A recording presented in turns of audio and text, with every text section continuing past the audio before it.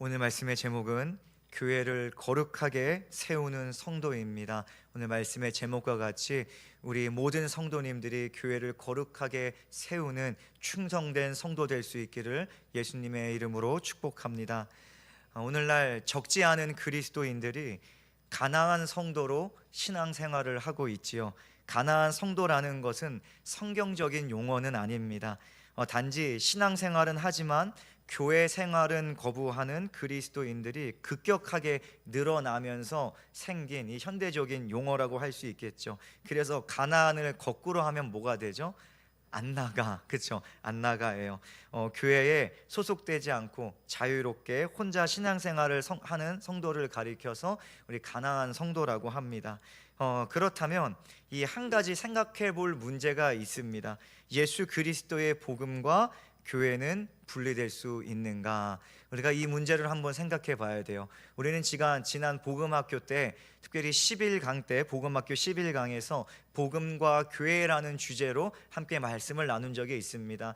듣지 못한 성도님들을 위해서 간단하게 설명해 드리면, 복음과 교회는 때려야 뗄 수 없는 관계라는 것이죠. 왜냐? 예수 그리스도의 복음으로 말미암아서 시작된 것이 교회이기 때문입니다. 그래서 성경은 선포하기를 교회는 주님의 몸이다, 그리고 예수 그리스도께서는 교회의 머리이시다라고 분명하게 가르칩니다. 이 말은 무슨 말인가? 복음을 믿는 자는 주님의 몸인 주님께서 머리 되신 이 교회를 통해서 자신의 믿음을 드러내야 한다는 말과 같다는 거예요. 예수님께서 머리 되시고 우리에게 명령하실 때 우리는 주님의 몸 돼서 그 예수 그리스도의 명령을 믿음으로 드러내는 것이 바로 교회 생활이라는 것이죠. 이로 볼 때 예수 그리스도를 믿는다고 하면서 이 교회를 거부하는 것은 상당히 모순입니다. 그것은 전혀 성경적이지 못한 것이죠. 그럼에도 오늘날 왜 이렇게 계속해서 가나안 성도들이 늘어나고 있는가? 그것은 개인주의적 가치가 중요하게 되는 그런 시대적인 가치의 흐름도 있겠지만, 또 많은 경우에 이렇게 대답하시는 분들도 있어요. 교회의 실망을 느꼈기 때문이다. 교회의 실망을 느꼈기 때문이다. 다시 말해서 뭐예요? 교회가 교회답지 못해서 이 교회에 소속되지 않고 그냥 혼자 신앙생활 한다라고 대답하시는 분들도 있더라는 거예요. 그러나 성경을 보면요, 그 말이 쏙 들어갈 거예요. 성경에 나오는 초대교회들도 현대교회와 그리 크게 다르지 않습니다. 이 성경 속에 나오는 교회들도 얼마나 많이 문제가 있는지 몰라요. 특별히 요한계시록에 나오는 7개의 교회들도 그 중에서 2개 교회는요, 예수님께서 책망만 하셨어요. 너 잘못했다고 책망만 하셨던 교회가 2개나 있습니다. 그러니 이 교회는요, 온갖 죄들이 가득한 곳입니다. 그것은 교회가 분명히 하나님 보시기에 예수 그리스도 안에서 의롭다 함을 입은 자들의 모임이면서, 이것을 다른 말로 하면 어떻게 될까요? 죄 사함의 은혜를 입은 죄인들의 모임이기 때문입니다. 교회는 죄인들의 모임이에요. 그렇기에 교회는 늘 죄의 문제를 경계해야 되고 죄의 문제를 계속해서 교회 안에서 다루어야 하는 것입니다. 죄인들이 모였기 때문이죠. 교회에 죄로부터 구원하시는 예수의 복음이 끊임없이 선포되어야 하는 이유가 여기 있는 거예요. 날마다 죄인들이 모이기 때문에 죄로부터 구원하시는 예수의 십자가의 복음이 우리 매 주일마다 우리 가운데 선포되어야 하는 것입니다. 또한 성도는 죄를 자꾸 따라가려는 옛사람을 이길 수 있는 성령을 날마다 구하여야 하는 것이죠. 우리는 교회가 교회답지 못하다고 해서, 그리고 내가 믿던 저 성도는 죄를 범하지 않을 거야, 저 권사님은 죄범하지 않을 것 같아, 이렇게 믿고 있던 교회의 지체가 범죄한다고 해서 실망하여서 교회를 떠날 것이 아니라, 그럴수록 더욱 예수와 의지하고 성령 안에서 교회와 지체를 위해서 기도해야 될 줄 믿습니다. 우리는 교회를 세우는 자가 되어야지 자꾸 교회를 떠나는 자가 되어서는 안 되는 거예요. 모든 교회는 다 교회만의 연약한 부분이 존재합니다. 세상에 완벽한 교회는 없습니다. 전 세계를 돌아보세요. 돌아볼 때 완벽한 교회를 찾으실 수 있으면 굉장한 거예요. 없습니다. 불가능해요. 완벽한 교회는 없습니다. 우리는 완벽한 교회가 아니라 죄와 싸우는 교회가 되어야 할 줄 믿습니다. 우리는 완벽한 교회가 아니라 예수 닮아가고자 성령으로 거룩한 발버둥을 치는 교회가 되어야 하는 거예요. 오늘 말씀을 통해서 우리 각자가 우리 교회를 더욱 거룩하게 세워가기 위해서 우리는 어떤 성도가 되어야 할까? 나는 어떤 성도가 되어야 할까? 이것을 말씀을 통해 나눠보려고 합니다. 오늘 우리 모두가 하나님께서 우리 각자에게 주신 그 감동, 그리고 허락하신 이 교회를 사랑하고 귀하게 여길 수 있기를 예수님의 이름으로 축복합니다. 그리하여 교회를 거룩하게 세워가는 일에 지금 예배하고 있는 우리 모든 성도님들이 하나님께 사용될 수 있기를 예수님의 이름으로 축복합니다. 우리 첫 번째로 교회를 거룩하게 세우는 성도는요, 지체의 짐을 지는 성도라는 것입니다. 오늘 본문 1절에서 바울은 갈라디아 교회 성도들을 향해서 굉장히 멋진 수식어를 하나 붙여줘요. 1절 말씀을 볼까요? 형제들아, 사람이 만일 무슨 범죄한 일이 드러나거든 신령한 너희는 온유한 심령으로 그러한 자를 바로잡고 너 자신을 살펴보아 너도 시험을 받을까 두려워하라. 여러분, 바울이 갈라디아 교회 성도들을 뭐라고 불러요? 신령한 너희들. 오늘 우리를 향해서 부르는 거예요. 신령한 너희는 이라고 부르고 있습니다. 이 말이 무슨 말인가? 성령을 따르는 너희는 이라는 말이에요. 우리가 지난주일 본문 말씀이죠. 성령을 따라 행하라 라고 분명히 바울이 선포했습니다. 이와 같이 교회를 향해서 말씀하는 거예요. 성령을 따르는 너희는 이라고 말하면서 성령께 순종하여 성령이 주장하시는 성도는 교회 내에 드러난 죄의 문제를 간과하지 않는다라고 가르칩니다. 죄의 문제 간과하지 않는다. 근데 이 간과하지 않는다고 해서 내 성격대로 그 문제를 해결해서는 안 돼요. 이것이 굉장히 지혜로워야 됩니다. 신령한 성도는 범죄한 지체를 바로 잡는다라고 오늘 1절에 말하고 있죠. 여기서 바로 잡는다라는 원어적인 의미를 우리가 알아야 돼요. 원어적인 의미가 뭐냐? 본래 상태로 회복시키는 거예요. 회복시키는 것, 고치고 수리하는 것입니다. 그러니 신령한 성도는 지체의 회복의 목적을 두고 죄를 바로잡습니다. 회복의 목적이 있는다는 거예요. 그래서 바울은 온유한 마음을 강조하고 있죠. 1절을 다시 보면 온유한 마음으로 바로잡으래요. 그냥 아무 마음이 아니라 온유한 마음이 필요하다는 것입니다. 근데 여기서 온유한 마음이란 뭘까요? 쉽게 말해서 이렇게 설명해 드릴 수 있을 것 같아요. 상대를 이기려는 마음이 아니라 상대를 도와주려는 마음이다라고 생각해 보면 됩니다. 나의 옳음을 증명하는 것이 아니라 내가 볼 때 확실히 죄예요. 그래서 나의 옳음, 너 그거 죄야 지적하고 이거 알려주고 이런 것이 아니라 어떻게 하면 저 사람이 다시 일어설 수 있을까? 어떻게 하면 저 사람이 다시 하나님 앞에 담대할 수 있을까? 어떻게 하면 저 사람이 다시 웃으며 신앙생활 할 수 있을까? 이것을 진정으로 고민하고 생각하는 마음이라는 것이죠. 그래서 온유한 마음은 옳고 그름도 중요하지만 분명히 옳고 그름 우리에게 있어야 돼요. 성경적인 옳고 그름이 있어야 하지만 그보다 앞서서 뭘 생각하는가? 상대의 아픔을 먼저 생각한다는 것입니다. 저건 죄야, 너 지금 죄야 이렇게 손가락질하고 알려주는 것보다 저 지체가 왜 넘어졌을까? 왜 저 지체가 저렇게 할 수밖에 없었을까를 먼저 생각한다는 거예요. 그래서 온유한 마음의 바로잡음이라는 것은 절대로 지체의 죄를 공개석상에 올려놓고 드러내지 않습니다. 절대로 온유한 마음의 그 바로잡음은 정죄함으로 지체를 짓눌러 버리지 않는다는 것입니다. 정죄보다 회복이 우선이고 목적이기 때문에 그렇죠. 더 나아가서 신령한 성도에게 반드시 필요하고 해야 될 것이 있는데 자신을 돌아볼 줄 아는 것입니다. 다시 말해서 바울이 이렇게 가르치죠. 신령한 너희는 너 자신을 살펴보아야 한다. 너 자신을 살펴보아야 한다. 즉 신령한 성도는 자신이 현재 그 죄와 내가 아무런 상관이 없다고 할지라도 교만하거나 지체를 낮춰보지 않는다는 거예요. 나는 그 죄와 상관이 없는데 너는 왜 이렇게 자꾸만 죄를 범하니? 라고 상대방에게 지적하고 낮춰버리지 않는다는 것이죠. 오히려 이렇게 말합니다. 나도 저렇게 될 수 있어.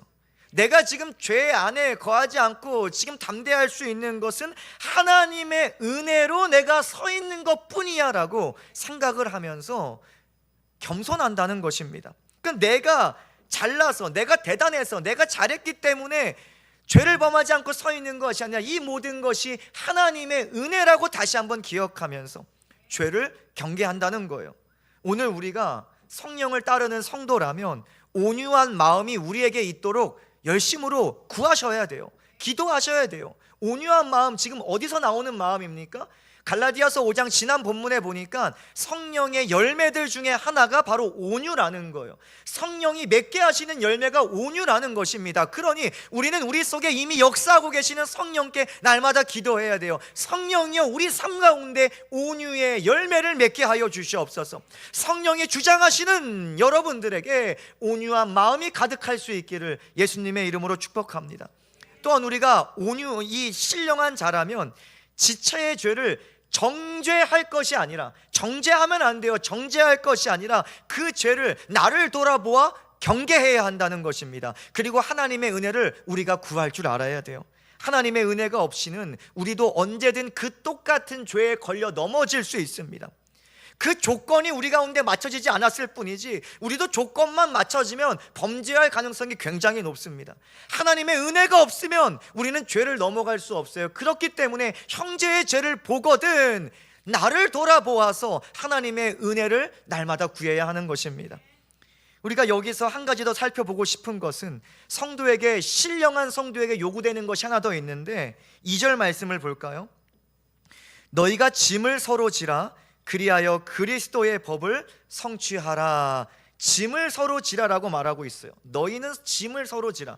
여기서 짐이라는 단어는 헬라어 원어로 바로스라는 단어가 사용됩니다. 그래서 이 펜 있으신 분들은 이따가도 이제 쓸 건데 지금 2절 짐 옆에다가 바로스라고 써놓으면 구별하기가 쉽습니다.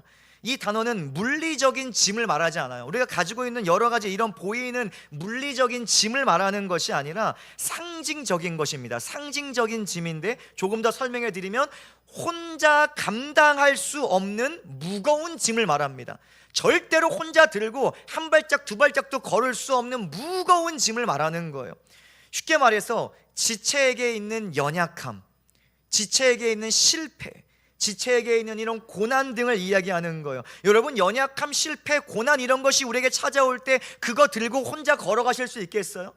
그거 들고 나 혼자 감당하다가 더 크게 실족할 수도 있어요. 더 크게 무너질 수도 있어요. 내가 아플 때 누가 와서 죽이라도 한 그릇 사주면 얼마나 위로가 됩니까? 내가 실패할 때 누가 안아주면 얼마나 큰 힘이 됩니까? 이런 연약함, 실패, 고난 같은 무거운 짐, 바로스들은 혼자 감당할 수 없는 거예요. 그래서 그 짐을 서로 지라. 이 바로스를 혼자 지지 말고 서로 지라라고 이야기하는 것입니다. 성도는요, 지체의 연약함을 비난하고 판단할 것이 아니라 그 무거운 바로스를 함께 지어야 할 줄 믿습니다. 지체의 그 믿음의 실패나 세상적인 고난을 남일 보듯 해서는 안 된다는 거예요. 나의 일처럼 여기는 자비와 긍휼이 우리에게 필요합니다. 우리는 이미 우리의 무거운 짐을 대신 지신 예수 그리스도의 자비와 긍휼을 경험했어요. 이미 우리의 무거운 죄의 짐을 대신 지신 예수 그리스도의 사랑을 경험한 자들입니다. 우리는 스스로 감당할 수 없는 그 무거운 짐을 지고 살아가던 자들이었어요. 죄의 짐을 지고 살아가던 자들이었어요. 그런데 그 짐을 우리가 해결할 수 있어요? 던질 수 있었습니까? 전혀 그렇지 못했죠. 우리 스스로는 결코 그 짐에서 자유할 수 없었다는 것입니다. 그런데 예수 그리스도는 죄의 무거운 짐에 눌린 우리에게 자비와 긍휼을 베풀어 주셨어요. 놀라운 사랑을 보여주셨습니다. 우리를 대신하여서 그 죄의 짐을 다 짊어지시고 골고다 언덕을 올라가셨다는 거예요. 얼마나 힘드셨겠습니까? 우리를 대신해서 올라가시고 또한 십자가에 달려 죽으셨다는 것입니다. 그로 인해서 우리는 우리를 억누르던 죄의 짐에서 자유하게 된 거예요. 우리는 스스로 감당할 수 없는 무거운 바로스, 그 짐에서 해방되었다는 것입니다. 예수님께서 말씀하시죠. 수고하고 무거운 짐진 자들아 다 내게로 오라. 내가 너희를 쉬게 하리라. 우리는 이미 이 예수 그리스도의 음성을 듣고 모든 죄의 무거운 짐을 예수께 내려놓은 자들입니다. 우리는 이제 그 바로서 무거운 짐이 우리 가운데 있지 않다는 거예요. 예수님께서 다 해결하셨기 때문입니다. 우리에게 예수 그리스도의 이 사랑이 분명하다면 이제는 우리는 우리가 받은 사랑을 지체에게 흘려보내야 되는 거예요. 지체의 연약함을 여러분 함께 감당해 주셔야 되는 거예요. 지체의 믿음의 실패를 손가락질할 것이 아니라 웃을 것이 비웃을 것이 아니라 함께 안타까워하면서 예수 그리스도의 마음으로 위로하고 힘을 더해 주어야 한다는 것입니다. 지체의 고난이 있다면 찌찌찌 혀를 차고 넘어갈 것이 아니라 함께 울어줄 수 있는 예수의 마음이 우리 가운데 있을 수 있기를 예수님의 이름으로 축복합니다. 우리는 서로 이 무거운 짐을 나눠지면서 오늘 말씀처럼 그리스도의 법을 성취하라라고 말하고 있죠. 너희가 서로 짐을 지라 그리하여 그리스도의 법을 성취하라. 그리스도의 법의 본질이 무엇입니까? 사랑입니다. 그리스도의 법은 사랑의 법이라는 거예요. 사랑의 법을 교회 가운데 성취해 보라는 거예요. 여러분, 거룩한 교회는 저절로 세워지지 않습니다. 가만히 교회 왔다 갔다 한다고 세워지지 않습니다. 거룩한 교회는 신령한 성도들이 세워나가는 것인데, 신령한 성도, 성령을 따르는 성도들이 예수 그리스도의 사랑으로 한몸된 지체를 돌아볼 때 세워지는 것입니다. 서로의 아픔과 상처가 있어요. 연약함과 실패가 있어요. 혼자 감당하기 힘든 성도들이 얼마나 많습니까? 그 무거운 짐을 신령한 성도인 우리 모두가 함께 질 때 우리 교회는 거룩하게 세워져 갈 수가 있는 것입니다. 그렇기에 우리 교회에 공동체적 돌봄이 필요해요. 공동체적 이 위로와 협력이 반드시 있어야 합니다. 예수 십자가의 본질 아가파의 사랑이 우리 교회 가운데 각 목장 가운데 계속해서 드러나야 한다는 것입니다. 신앙생활은요, 나 혼자 하는 생활이 아니에요. 이걸 우리가 반드시 기억하고 계셔야 돼요. 신앙생활은 나 혼자 하는 생활이 아니라 함께 하는 생활입니다.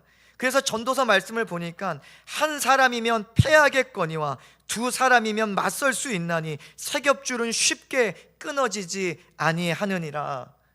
우리가 혼자 신앙생활하면 넘어지기 쉽습니다. 그러나 함께 붙들고 서 있으면 예배의 자리 한 번이라도 더 나올 수 있고, 기도의 자리 한 번이라도 더 붙들 수가 있고, 함께 성경 묵상하면 날마다 하나님의 말씀이 우리의 삶을 힘있게 주장할 수 있게 되는 거예요.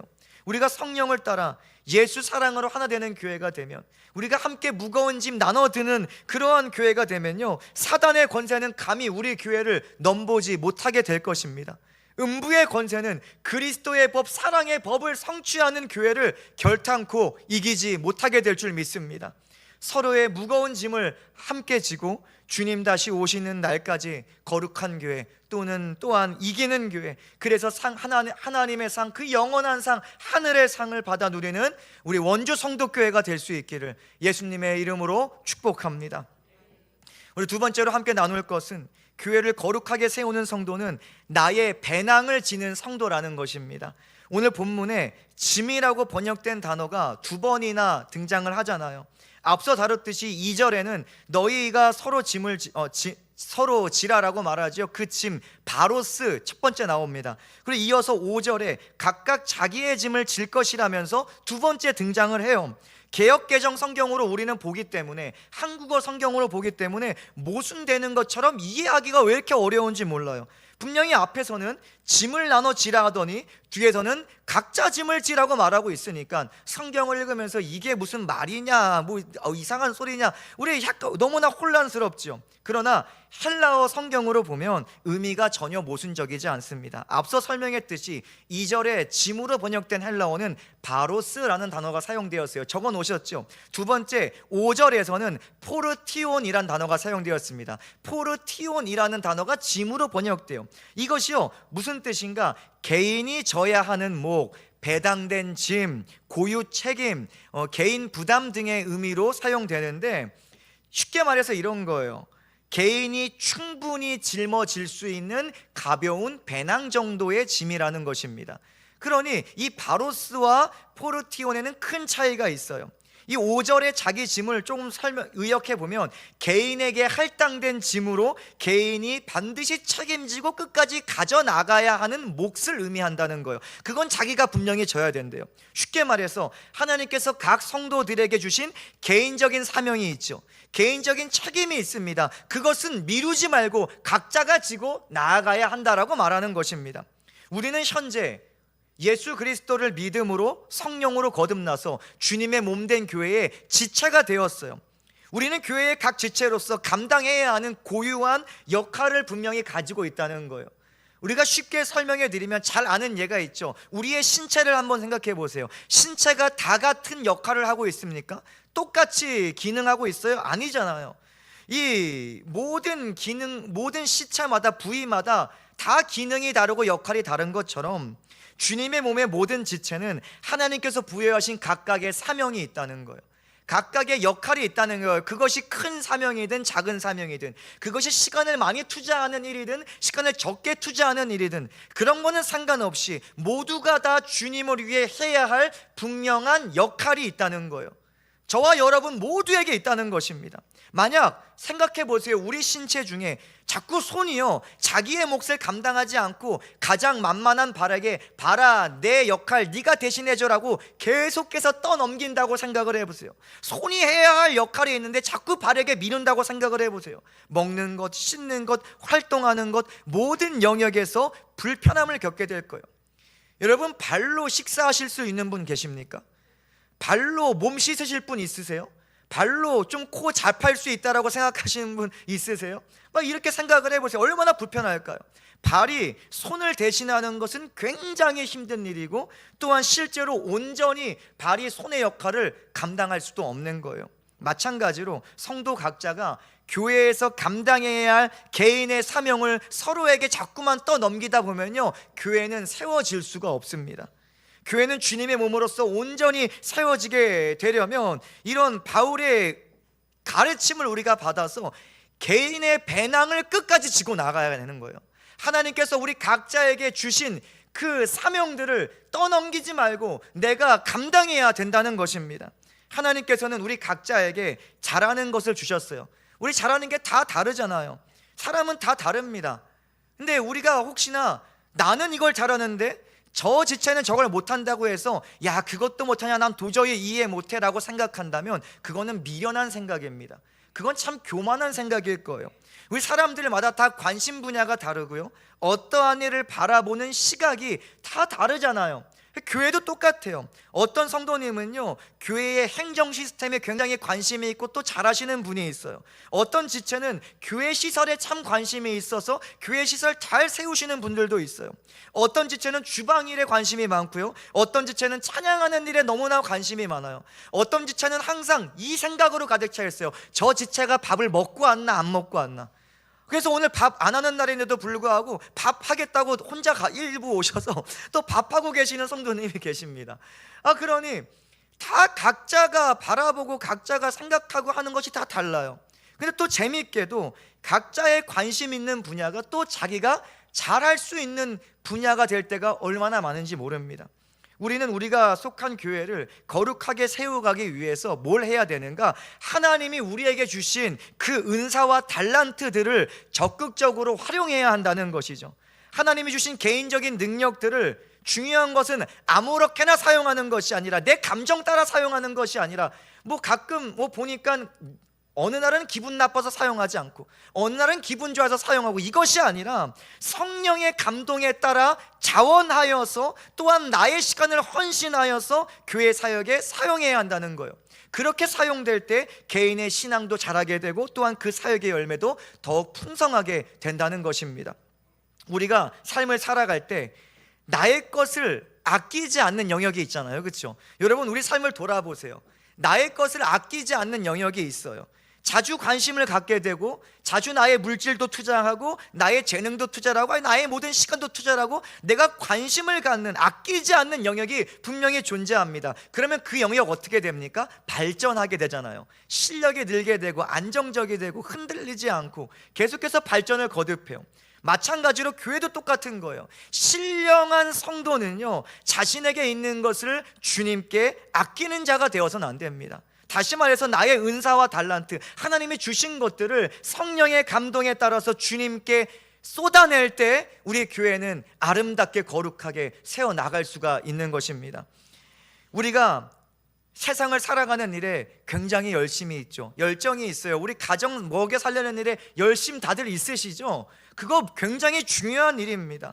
재능 아낌없이 사용하는 거 너무나 중요한 일입니다. 칭찬할 만해요. 하나님께서 우리에게 허락하신 이번 한 주의 삶에서도 여러분 최선의 삶을 살아갈 수 있기를 예수님의 이름으로 축복합니다. 여러분의 모든 열정들을 쏟을 수 있기를 예수님의 이름으로 축복합니다. 근데 문제는 뭐냐? 우리가 고백하는 거 있잖아요. 하나님 모든 것이 은혜입니다. 하나님은 나의 구원이십니다. 하나님 나의 생명이십니다. 하나님 나의 산성이십니다. 하나님 나의 방패십니다. 우리가 얼마나 교회에 올 때마다 가슴 깊이 고백합니까? 그러나 그렇게 고백하는 하나님을 향해서는 인색할 때가 너무나 많다는 게 문제예요. 우리 삶에서는 열정이 넘치는데 교회만 오면 그 열정이 순식간에 식어버립니다. 나를 치장하는 것에, 내 몸을 치장하는 것에는 전혀 아끼지를 않는데 주님의 몸을 세우고 치장하는 일에는 왜 이렇게 내키지 않습니까? 왜 이렇게 손해보는 것만 같습니까? 분명히 입술로는 주님께서 나의 생명이시라고 고백하는데, 주님께서 나의 모든 것이라 고백하는데 주님의 몸을 세우는 일에는 한없이 인색하고 한없이 아까워요. 여러분, 이렇게 신앙생활하는 성도들이 얼마나 많습니까? 근데 감사하게도 이번 한 해 우리 교회는 주님께 아끼지 않는 수많은 성도님들의 헌신으로 풍성한 한 해를 보내고 있어요. 교회의 필요에 따라 이 광고를 통해서 후원을 요청하면 항상 올해 내내 후원한 요청한 이상으로 채워지더라고요. 너무나 감사드립니다. 이 복음 안에서 성령의 감동에 순종하는 성도가 자기가 매야 하는 그 배낭을 다 내팽기지 않고 나의 배낭을 잘 감당하니까 이번 한 해 우리 부족함이 없는 사역이 우리 교회 가운데 계속해서 진행되고 있다는 거예요. 남은 한 달도 참 바쁜 한 달이잖아요. 우리가 져야 할 나의 배낭, 하나님께서 나에게 맡겨주신 그 개인적인 사명들을 잘 지킬 수 있기를 예수님의 이름으로 축복합니다. 이것이 담임 목회자로서의 큰 감격이요 감사입니다. 하나님께 모든 영광 올려드리고 진심으로 성도님들께 감사를 드립니다. 아울러서 2026년도 이제 사역 신청 기간 아닙니까? 내년도의 사역의 자리가 주께 아끼지 않는, 인색하지 않는 성도님들의 헌신으로 그 사역의 자리가 가득 채워질 수 있기를 예수님의 이름으로 축복합니다. 내게 감동 주신 거 자꾸 넘기면 안 돼요. 내게 감동 주신 거 하나님께 사용할 때 우리 교회가 거룩하게 세워져 갈 수 있는 거예요. 이처럼 주님의 몸인 교회를 거룩하게 세우려면요, 내가 감당해야 할 사명을 다른 지체에게 자꾸 밀어버려서는 안 돼요. 나는 여태까지 해왔으니까 이제 안 할래, 너가 해, 이런 일이 우리 교회에서는 일어나면 안 됩니다. 내가 나의 목, 나의 배낭을 잘 짊어지고 가야 한다는 것이죠. 바울은 자기 자신을 이렇게 표현하더라고요. 고린도전서 4장입니다. 사람이 마땅히 우리를 그리스도의 일꾼이요 하나님의 비밀을 맡은 자로 여길지어다. 그리고 맡은 자들에게 구할 것은 충성이다. 마땅히래요. 마땅히 그리스도의 일꾼으로. 바울은 예수 안에서 자신이 마땅히 예수의 일꾼 되었다고 말합니다. 여러분들은 어떻습니까? 여러분들 예수의 일꾼입니까? 아니면 그냥 은혜 받고 방관하는 방관자입니까? 그리고 자기는 그 복음의 일을 충성으로 감당해야 할 거라고 지금 우리에게 가르치고 있는 거예요. 이것은 바울의 고백만이 되어서는 안 되죠. 우리는 예수 그리스도의 생명값으로 구원받았습니다. 예수의 생명으로 이미 새 생명을 얻은 자들입니다. 마땅히 주를 위해 살아가야 할 줄 믿습니다. 주님의 몸된 교회를 거룩하게 세우는 일에 바울과 같이 충성된 일꾼이 우리가 되어야 한다는 거예요. 주를 향한 우리의 충성, 사라질 충성이 아닙니다. 여러분, 한 가지 분명하게 제가 확신을 가지고 말씀드리는 것은 여러분의 충성은 헛되지 않을 것입니다. 하나님은 그 충성을 영원히 기억하실 줄 믿습니다. 영원한 것으로 갚아주실 줄 믿습니다. 하늘 창고에 가득 쌓는 지혜가 있기를 바라요. 이 땅에 창고를 쌓는 것도 중요하겠죠. 나의 가정 먹여 살리는 것 중요하겠죠. 그러나 그에 앞서서 영원한 것을 쌓을 수 있는 지혜가 우리 가운데 있을 수 있기를 예수님의 이름으로 축복합니다. 오늘 말씀을 정리합니다. 우리 교회가 거룩하게 세워져 가기 위해서, 여러분들이 교회를 거룩하게 세우는 성도가 되기 위해서 서로 무거운 짐을 나눠줘야 돼요. 서로 이 바로스 무거운 짐을 나눠지고, 또 포르티온 나의 개인적인 사명을 끝까지 감당해야 한다는 것입니다. 그리고 이 모든 일, 무거운 짐을 나눠지고 충성으로 감당하는, 개인의 사명 충성으로 감당하는 일은 성령을 따르는 성도, 신령한 성도에게 드러나는 일이기 때문에 우리 모두에게 8절의 말씀이 이루어질 줄 믿습니다. 8절을 보니까 자기의 육체를 위하여 심는 자는 육체로부터 썩어질 것을 거두고 성령을 위하여 심는 자는 성령으로부터 영생을 거두리라. 여러분, 무엇을 위하여 심고 있습니까? 주님의 몸을 위하여 심을 수 있기를 축복합니다. 주께 아끼지 않는 신령한 성도에게 주님은 영생을 아끼지 않으실 줄 믿습니다. 한 가지 더 기억할 것은 성령을 따르는 일, 여러분, 교회를 세우는 일은 결코 쉽지 않습니다. 결코 평탄한 길이 아닙니다. 여러 이유로 낙심할 때가 왜 이렇게 많은지 몰라요. 교회는요, 낙심할 일이 왜 이렇게 많아요? 사소한 일부터 큰 일까지 다 낙심해요. 그래서 지금 9절에 이렇게 말하는 거예요. 우리가 선을 행하되 낙심하지 말지니 포기하지 아니하면 때가 이름에 거두리라. 여러분, 신앙생활이 행복한 생활인 줄 아세요? 아닙니다. 낙심할 일 투성이가 바로 신앙생활이에요. 낙심할 일 투성이. 사단은 온갖 것을 다 이유로 해서 우리의 틈을 비집고 들어와서 신앙생활에 낙심을 가져옵니다. 사소한 일부터 중요한 일과 구분 없이, 심지어는요, 잘 오다가 교회 앞에서 작은 말 하나로 부부끼리 눈 한번 맞췄다고 낙심돼서 들어오시는 분들도 있고, 아니 얼마나 많은지 몰라요. 얼마나 많은지 몰라요. 별의별 일이 다 있습니다.